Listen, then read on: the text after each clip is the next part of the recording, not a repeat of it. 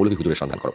এবার সেই ব্যবসায়ী তার স্ত্রীকে নিয়ে যান এক বড় জুম্মা মসজিদের ইমামের কাছে। তিনি সবটা দেখলেন, কথা বললেন। সে ব্যবসায়ী স্ত্রীর সঙ্গে কথা বলে যা বুঝতে পারলেন তা হলো ঠিক এরকম যে ওই বাড়িতে কালো জাদু করে জিন চালান করা হয়েছিল এবং মারা গিয়েছিলেন রমেশের স্ত্রী সেই কারণেই। রমেশও মারা যান সেই কালো জাদুর প্রভাবেই। তাদের মরার পর তাদের আত্মাসহ সেই জিনটিকে সেখানেই আবদ্ধ করে রাখা হয়। এরপর হুজুর একটি তাবিজ দেন আর বলেন যত শীঘ্রই সম্ভব ওই ঘর থেকে যেন চলে যান এবং রমেশ বা রমেশের স্ত্রী বা সেই জিনটিকে যেন সেখান থেকে বের করা হয়। হুজুরের কথা মতো তারা বাড়ি ত্যাগ করে, কিন্তু সেখান থেকে আপনাদেরকে বের করার কাজকর্ম ক্রিয়া তারা কিন্তু করেন না এবং তারপর থেকে বাড়িটি পড়ে রয়েছে পরিত্যক্ত অবস্থায়। সুফিয়ানের মুখে এই কথা শুনে 3 দিনের মাথায় আমিও সেই এলাকা ছেড়ে দিয়ে অন্য এলাকায় বাড়ি ভাড়া নিয়ে কয়েক মাস থাকি, কিন্তু এবার পুরোপুরিভাবে সুরাটকে বাই বলে চলে এসেছি। তো এই ছিল ঘটনাগুলো।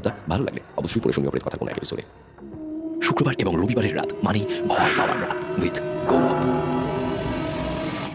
বড় অদ্ভুত কালো জাদুর ঘটনা শুনলাম আমরা। অসীম কিন্তু আমাদেরকে দারুণ দারুণ ঘটনা পাঠাচ্ছে কদিন ধরে। অসীম আমাদের কিন্তু মানে নিউ স্টার স্টোরি সেন্টার আর কি, মানে দারুণ দারুণ ঘটনা পাঠাচ্ছে। এমন অনেকেই আছে যারা কিন্তু দারুণ ঘটনা পাঠান, তাদের মধ্যে অসীম একজন। আমি খুব বিশ্বাস করি এখন অসীমের পাঠানো ঘটনাগুলি। অসীম ঘটনা পাঠালে বলি যে দাঁড়াও আমি দেখছি।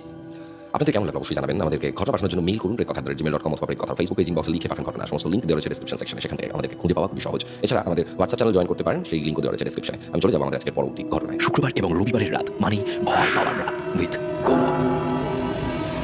ঘটনা পাঠিয়েছেন আমাদের সকলের প্রিয় পিয়া মিস্ত্রি। হ্যালো গৌরবদা, কেমন আছো? আমি পিয়া মিস্ত্রি, উত্তর 24 পরগনার বাজিতপুর থেকে বলছি।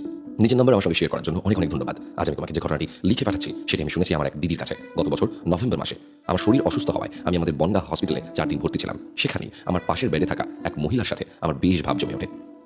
পিয়া, তুমি অবশ্যই আমাকে হোয়াটসঅ্যাপে জানিও যে তুমি এখন কেমন আছো এবং আমি তোমার সুস্থতা কামনা করি। কিন্তু জানতামই না যে এরকম কোনো ঘটনা। আমাকে যদি জানাতে তাহলে আমি ডেফিনেটলি খবর নিতাম তোমার আরও।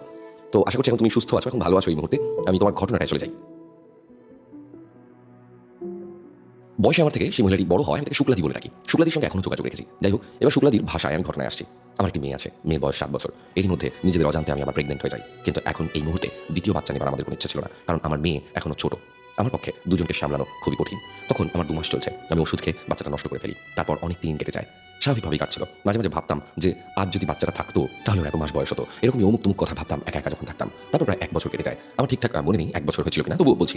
একদিন রাতে আমরা ঘরে ঘুমোচ্ছি। এখানে বলে রাখি যে আমার স্বামী আর আমার মধ্যেখানে আমাদের মেয়ে শুতো। আমি শুতাম দেয়ালের দিকটাতে। সেদিন রাতেও আমি মেয়ের দিকে ঘুরে শুয়েছিলাম। তখন মাঝরাত আমার পিঠে বারবার আমি একটা স্পর্শ অনুভব করি। প্রথমে ভাবি যে হয়তো মেয়ের হাত। আমি হয়তো মেয়ের দিকে পিঠ দিয়ে শুয়ে আছি।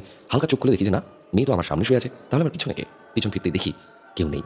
আমি ঘুমের মধ্যে ভুলভাল স্বপ্ন দেখেছি হয়তো। জিনিসটাকে গুরুত্ব একদমই দেইনি। আমি আবার ঘুমিয়ে পড়ি, কিন্তু দেয়ালের দিকে ঘুরে শুই এবার। তারপর আবার ঘন্টাখানিক পরে আমার কেন জানি না ঘুমটা ভেঙে যায়। ঘুম ভেঙে গেলেও আমি কিন্তু চোখ বুজেছিলাম। হঠাৎ পাশে হাত পড়তেই বুঝতে পারলাম আমার পাশে কোনো এক বাচ্চা শুয়ে আছে। চোখ খুলে দেখি এক নবজাতক শিশু। বাচ্চাটির পরনে কিছু নেই এবং সে এক পুত্র সন্তান। আমার পাশে শুয়ে আমার দিকে তাকিয়ে খিলখিল করে হাসছে। আমি ধরফড়িয়ে উঠে বসি, কিন্তু এবারও আমার চোখের ভুল। আমি আবারও একটি খারাপ স্বপ্ন দেখেছি। উঠে বসতেই যেন বাচ্চাটি হাওয়ায় মিলিয়ে গেল।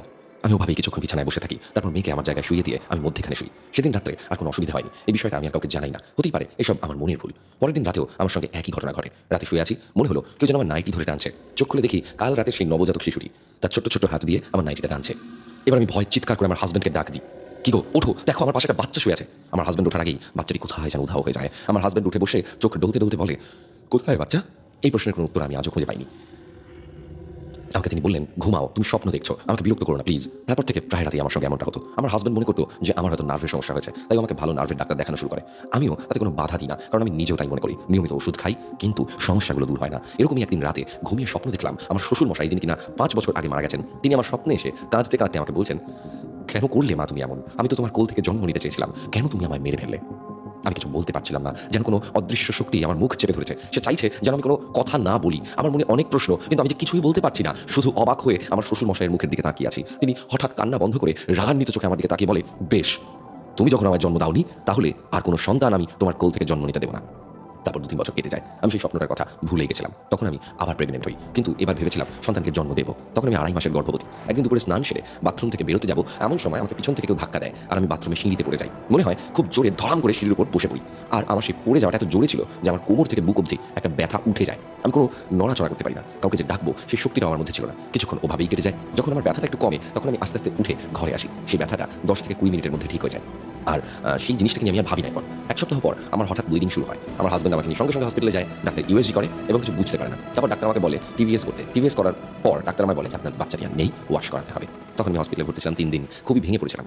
এরপরেও আমি আরও 2 বার প্রেগনেন্ট হয়েছিলাম, কিন্তু কোনো না কোনোভাবে ঠিক 2 থেকে 2.5 মাসের মধ্যে আমার মিসক্যারেজ হয়ে যেত। জানি না কেন হচ্ছে আমাদের সাথে এমন। তাহলে কি সত্যি, সত্যি আমার শ্বশুরমশাই এমনটা করেছে? জানি না। তো গৌরবদা এই ছিল ঘটনা। ভালো লাগলো অবশ্যই একবার পড়ে শুনিও। হয়তো গুছিয়ে লিখতে পারিনি, তুমি তোমার মতন করে গুছিয়ে পড়ে শুনিও। শুক্লা দিদির কাছ থেকে পারমিশন না নিয়েই তোমায় ঘটনাটি লিখে পাঠাচ্ছি। যদি সিলেক্ট হয় দিদিকে জানাবো। জানি ঘটনাটি হয়তো ছোট হয়ে গেছে। কিছু মনে করো না। আমি চেষ্টা করছি অনেক বড় ঘটনা খোঁজার। তবে তেমন কোনো বড় ঘটনা এখনো খুঁজে পাচ্ছি না। ক্ষমা করো, আমি খুঁজছি। Thank you. শুক্রবার এবং রবিবারের রাত মানে ভয় পাওয়ার রাত উইথ গৌরব।